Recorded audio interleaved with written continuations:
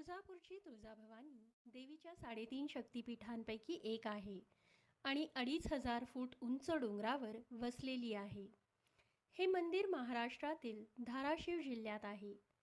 मंदिराकडे जाण्यासाठी पश्चिमेकडे उतारावर सुमारे 18 पायऱ्या आहेत आणि पायऱ्या चढता उतरताना नारदाची मूर्ती आणि गोमुख तीर्थ दिसतात. गोमुख तीर्थातील गोमुखातून सतत पाणी वाहत असते.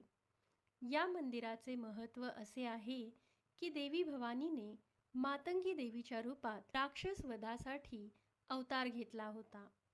येथे मातंगीचे मंदिर आहे. मुख्य मंदिरासमोर एक होमकुंड आणि त्यावर शिखर आहे. मंदिराच्या आत एक मोठी मूर्ती आहे. मूर्ती काळ्या पाषाणाची असून ती 3 फूट उंच आहे.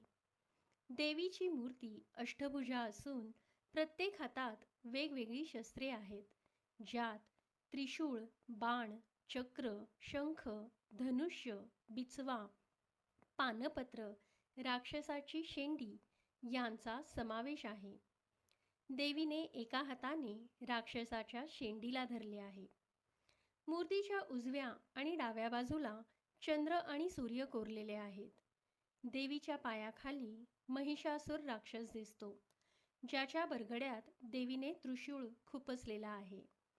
देवीच्या गळ्यात चक्रकुंडले, केयूर, अंगद, साखळ्या, बांगड्या, कंठा, माळा आणि इतर दागिने दिसतात. तुळजापूर हे सोलापूरपासून 43 किलोमीटर अंतरावर आहे.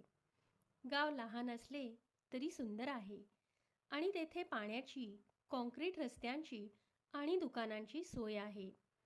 देवीची स्वहस्ते पूजा करता येत नाही, त्यामुळे पुजाऱ्यालाच पूजा करावी लागते.